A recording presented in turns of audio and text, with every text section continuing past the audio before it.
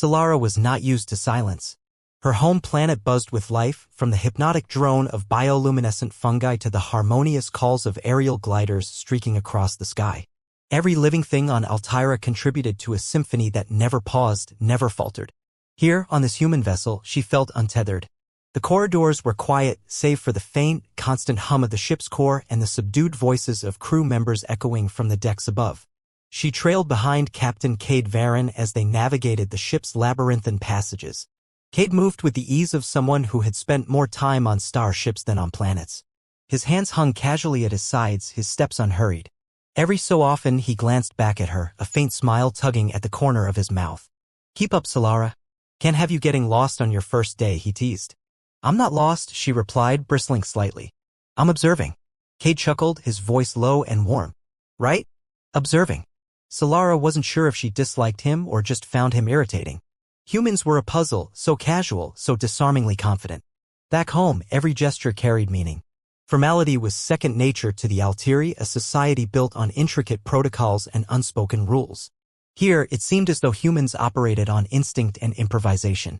Cade led her into a large, open chamber with a curved viewport offering a breathtaking view of the stars.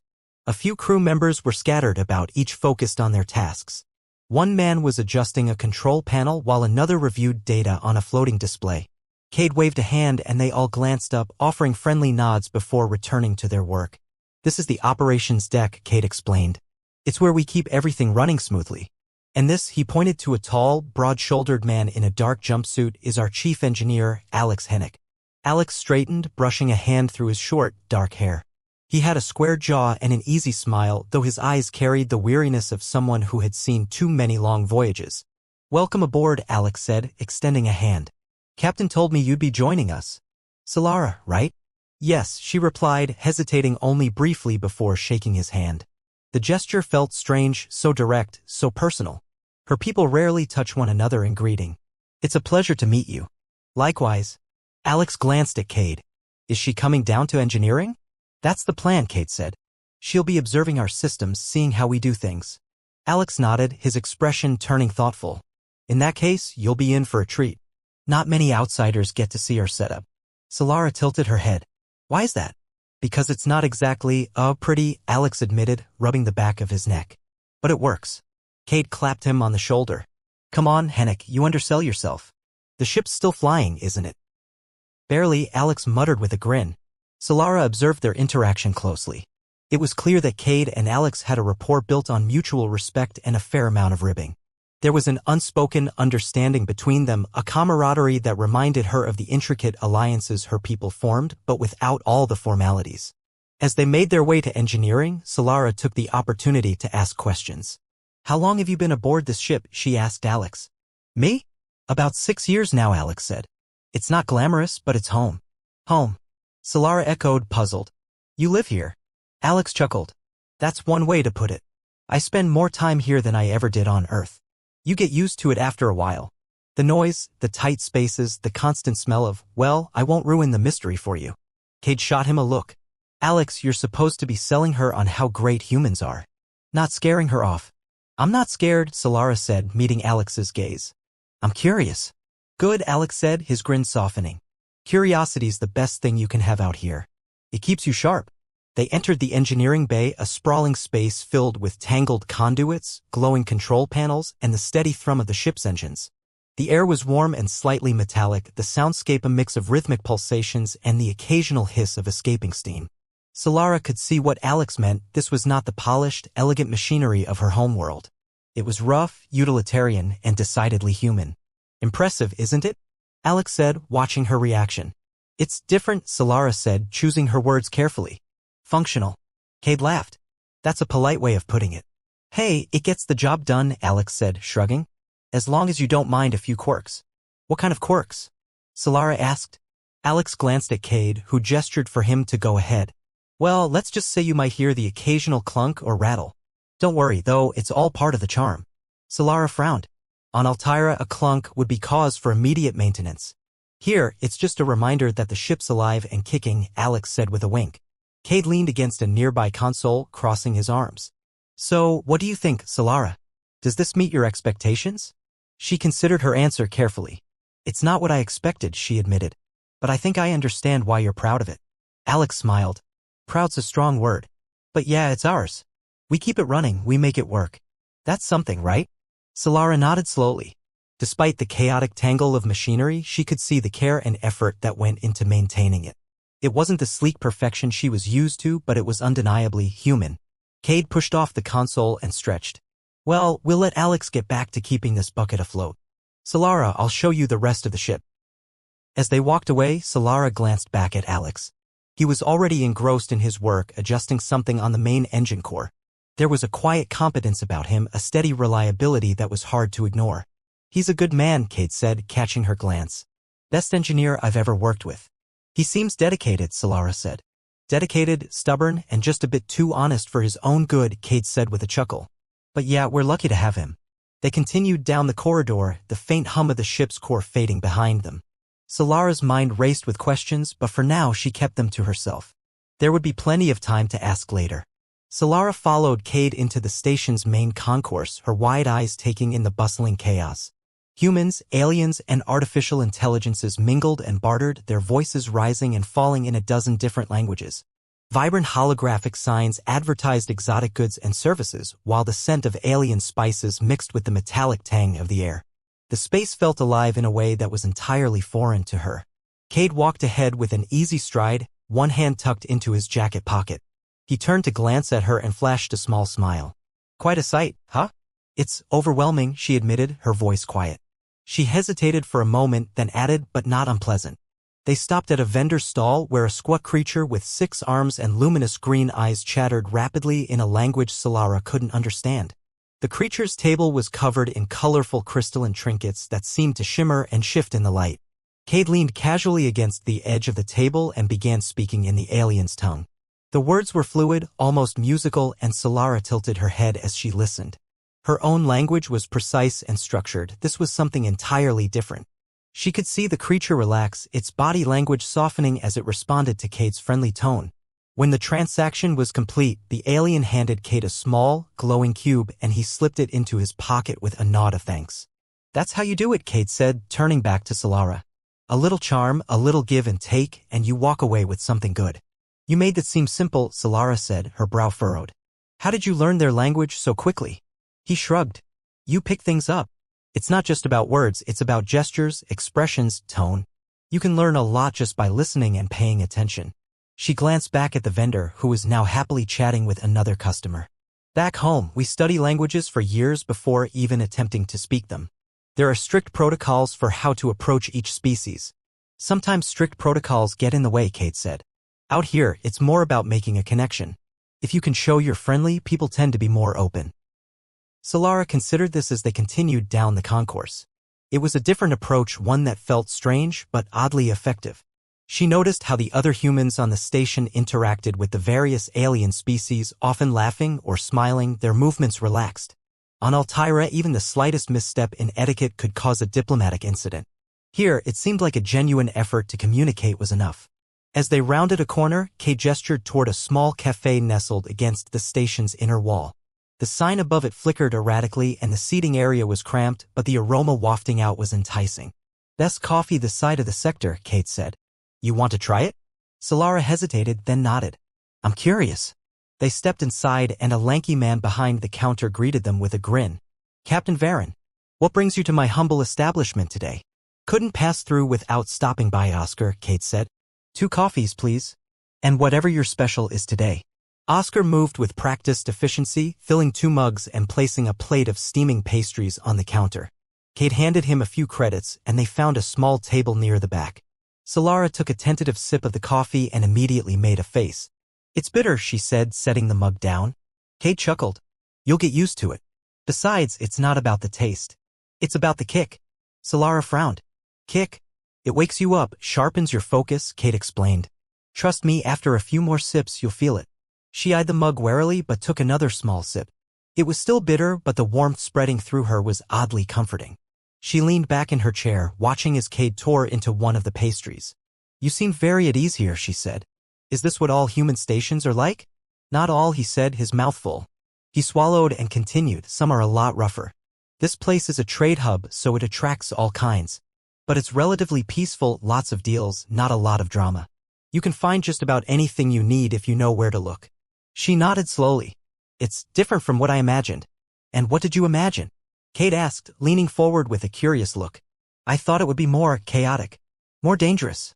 It can be, Kate admitted. You've got to keep your wits about you. But if you approach people with respect and a good attitude, you'll find most of them are decent. Solara looked around the cafe, observing the other patrons. A group of humans and aliens sat at a nearby table, engaged in animated conversation. A pair of robotic servers whirred past, delivering trays of drinks. The atmosphere was lively but not threatening. For the first time, she felt a small measure of ease in this strange, new environment. Cade leaned back, stretching his arms. So, what do you think of humans so far? Solara thought for a moment before answering. You're unpredictable. He laughed. That's not a bad thing, is it? Not necessarily, she said. It's just different. Different's good, Kate said. Different is what keeps things interesting. They sat in companionable silence for a moment, the hum of the station's activity filling the background. Solara took another sip of her coffee and found it less unpleasant this time. She glanced at Cade and saw him watching her, a thoughtful expression on his face. What? She asked, feeling self-conscious. Nothing, he said, smiling. Just thinking that it's nice to have someone around who sees things differently. Solara tilted her head. Is that why you agreed to let me come aboard? To have a different perspective? Partly, Kate said. But mostly because I think we can learn a lot from each other.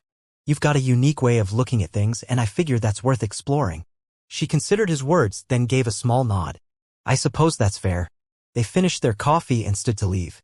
As they made their way back toward the ship, Solara found herself walking a little closer to Cade. The station didn't feel as overwhelming as it had earlier, and she realized that maybe, just maybe, she was starting to understand these humans. Or at least one of them. Thanks for showing me around, she said quietly. No problem, Cade replied. Stick with me and I'll show you more than just the station. I'll show you how we humans really live. The observation deck was nearly empty except for the faint hum of the ship's engines and the endless stretch of stars beyond the massive viewport. Cade leaned casually against the railing, one leg crossed over the other, his eyes fixed on the celestial display. Beside him, Solara stood stiffly, arms folded, her gaze darting between the stars and the floor.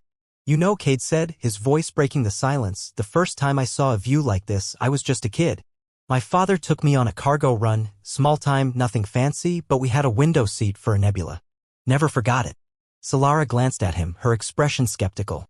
You were allowed on a cargo ship as a child? He grinned. Allowed might be a strong word. But I didn't exactly give my dad a choice.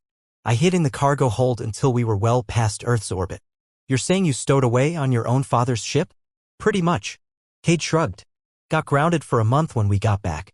Totally worth it. Solara let out a soft laugh despite herself. She quickly composed her features, her tone turning serious again. My people would never permit such recklessness. A child stowing away on a starship would be considered a grave offense. Guess that's one of the big differences between us, Kate said. Humans, we like to take risks. Not always the smart ones, mind you, but sometimes those risks pay off. She tilted her head, studying him. And this, she gestured to the expanse of stars, this was worth it?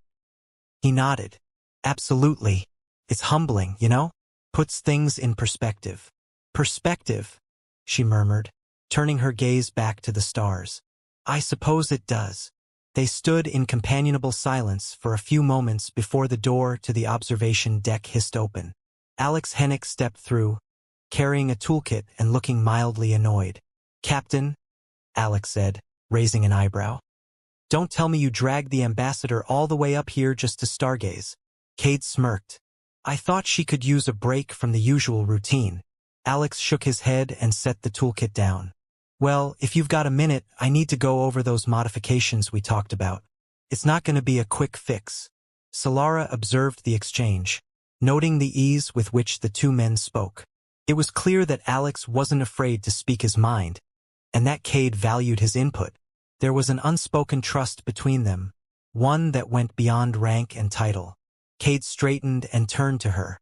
You don't mind if we talk shop for a bit, do you?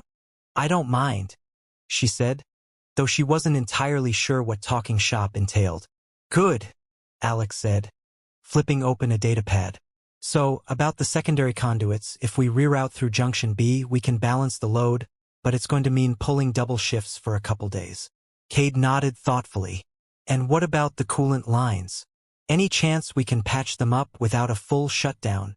Not if you want it done right, Alex said firmly. We can do a temporary patch, but it won't hold for long. Best bet is to schedule a maintenance window and do it properly. Fair enough, Kate said. Let's set it up for the next layover. No point in rushing it if it's just going to fail again. Solara listened intently, even though much of the technical jargon was lost on her. What caught her attention wasn't the specifics of the repairs, but the way Cade and Alex worked together. They spoke openly, with mutual respect, and when they disagreed, it was without hostility. It was a stark contrast to the rigid hierarchy and formality of her own people. When Alex finally closed his datapad and picked up his toolkit, he gave Solara a polite nod. Nice meeting you, Ambassador. Maybe next time I'll have something more interesting to show you. Thank you, Chief Engineer, she said, dipping her head in return. Just Alex, he said with a grin before leaving.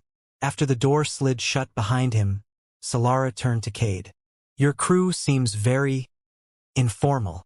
They're efficient, Cade said. And they're good people. That's what matters.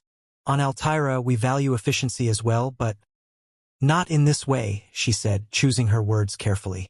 There is a clear structure, a defined protocol. Every role is meticulously outlined. And does that make people better at their jobs? Cade asked, leaning against the railing again. It ensures consistency, she said. Predictability. But does it inspire creativity? Initiative? Solara hesitated. I suppose it depends on one's perspective. Exactly, Kate said. It's all about perspective. Sometimes giving people the freedom to make their own decisions leads to solutions you'd never come up with in a rigid system. She considered this, her gaze returning to the stars. You seem to place a great deal of trust in your crew. They've earned it, Kate said simply. And you've never been disappointed? She asked. Disappointed? Sure. Everyone makes mistakes. But it's how they handle those mistakes that matters. If you trust people, they're more likely to own up to their errors and find ways to fix them. Solara was silent for a moment, her thoughts turning inward. Trust was a complex concept among her people.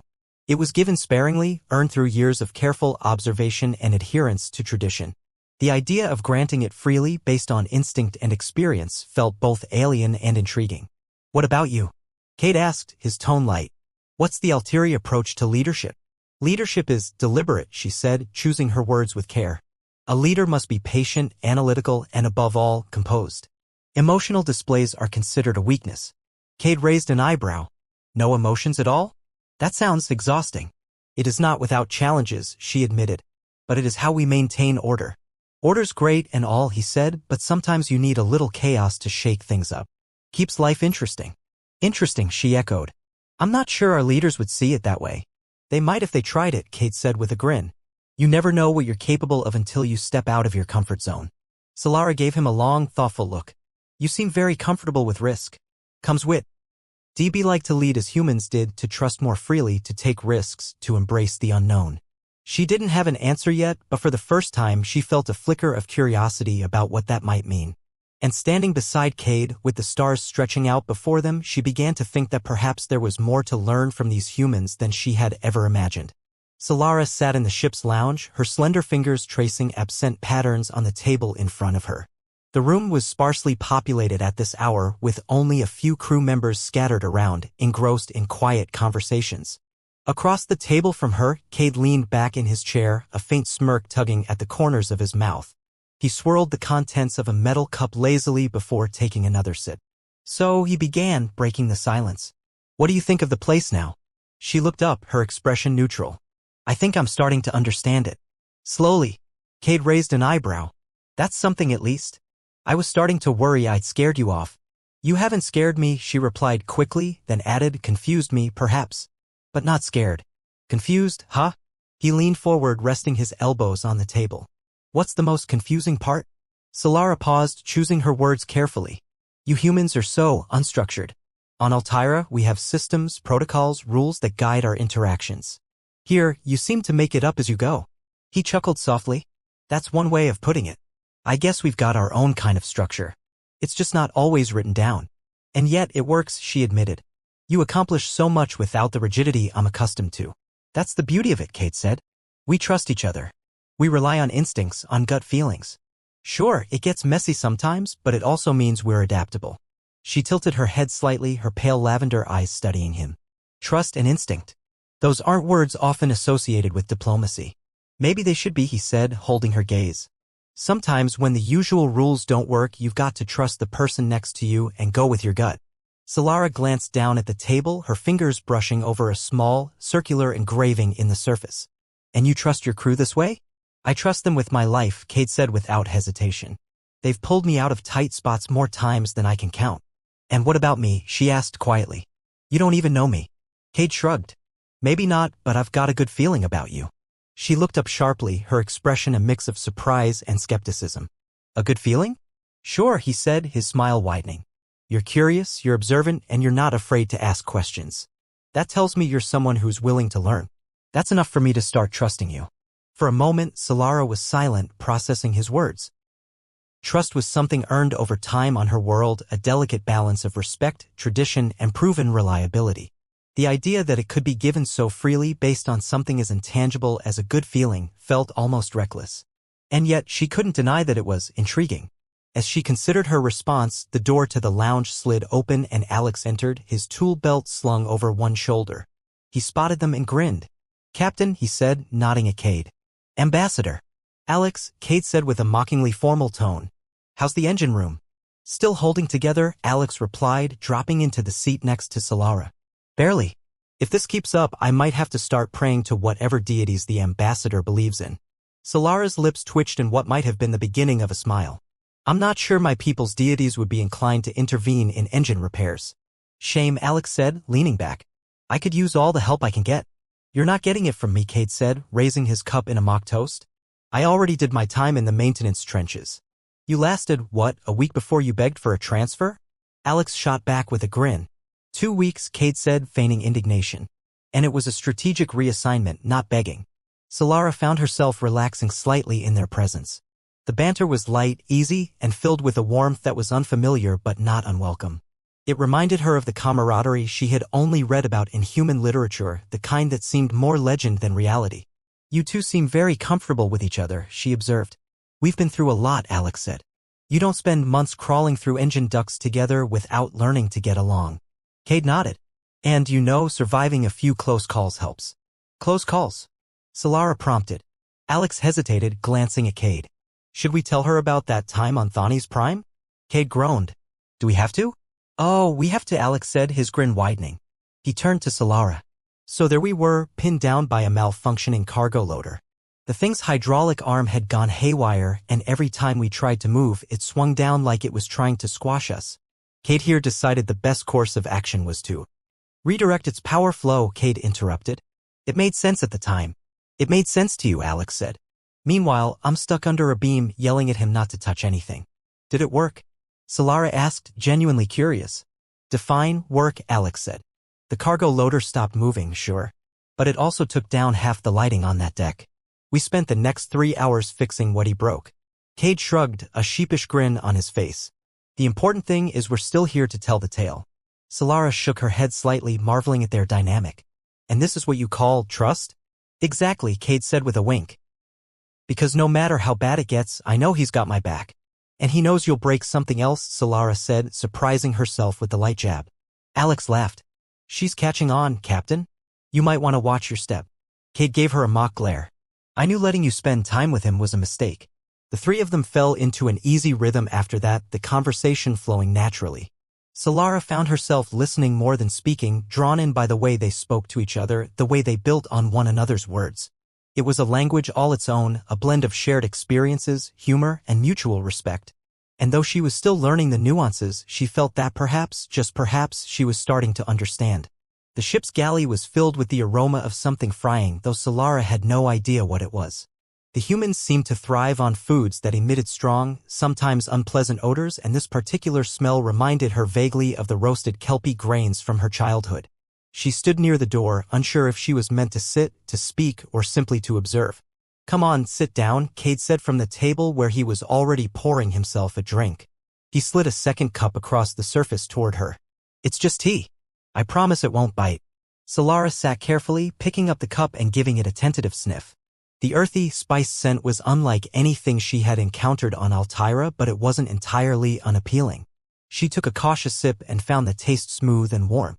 "It's not bad," she admitted, her voice soft. "High praise," Kate said with a grin. "I'll take it." Alex entered a moment later, wiping his hands on a rag and dropping heavily into the chair next to Solara. He gestured toward the food station where another crew member was working. "You'd think they'd post a warning before they start cooking that stuff." "What is it?" Solara asked. "Some kind of processed protein," Alex replied. "Doesn't taste half as bad as it smells, though I don't recommend trying it." "I'll keep that in mind," she said, placing her cup back on the table. Cade leaned back in his chair, stretching his arms overhead. "So, Ambassador, what's the most surprising thing you've learned about humans so far?" Solara considered the question for a moment. "You value unpredictability," she said carefully. "You seem to find excitement in chaos." "Not chaos," Alex corrected, glancing at Cade. "More like controlled unpredictability. We like a little excitement, sure, but we're not completely reckless." "Speak for yourself," Cade said with a smirk, earning a chuckle from Alex. Solara frowned.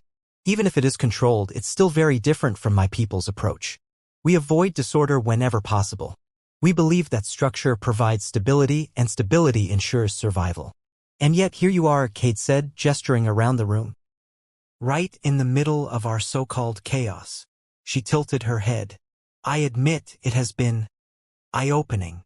Alex leaned forward, resting his elbows on the table. "You've got to have something similar back home, though. I mean, not everything can be perfectly structured, right?" "There are exceptions," she said, "but they are rare and they are often seen as undesirable."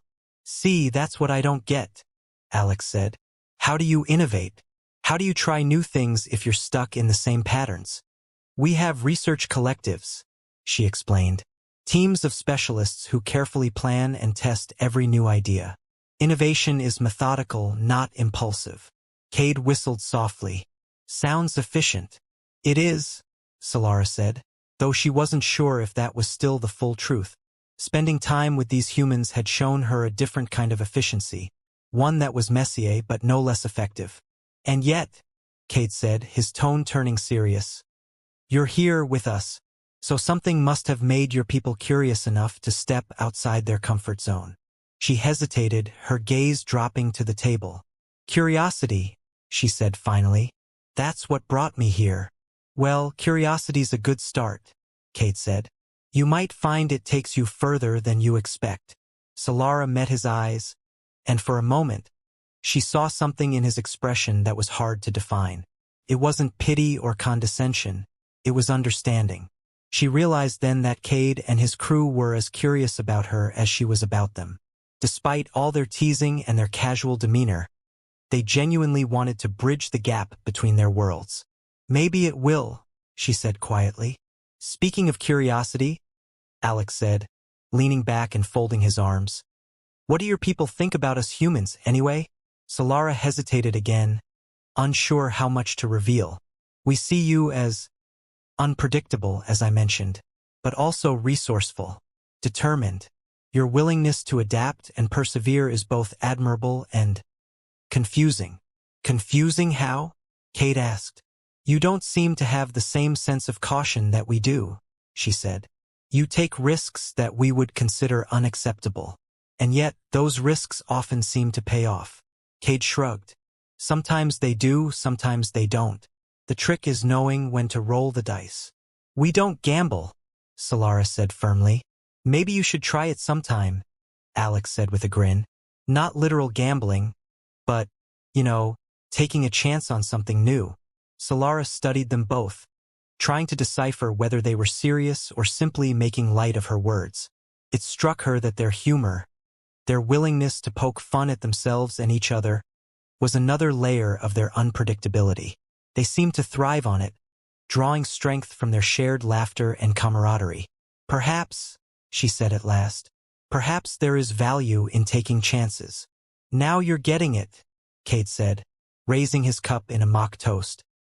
"Just don't start pulling wires in the engine room," Alex added, earning a laugh from Cade. Solara found herself smiling faintly, despite her best efforts to maintain her composure. It wasn't just the words they said. It was the way they said them, the way their voices carried an unspoken assurance that everything would be fine, even when it wasn't. It was a kind of confidence she hadn't encountered before, and she found it surprisingly contagious. As they finished their drinks and the galley grew busier with crew members coming and going, Solara felt a small shift within herself. She didn't fully understand these humans yet, and perhaps she never would. But for the first time, she felt a spark of something unfamiliar, hope, perhaps, or possibility. It was a quiet, unassuming feeling, but it was there, and that, she thought, might just be enough.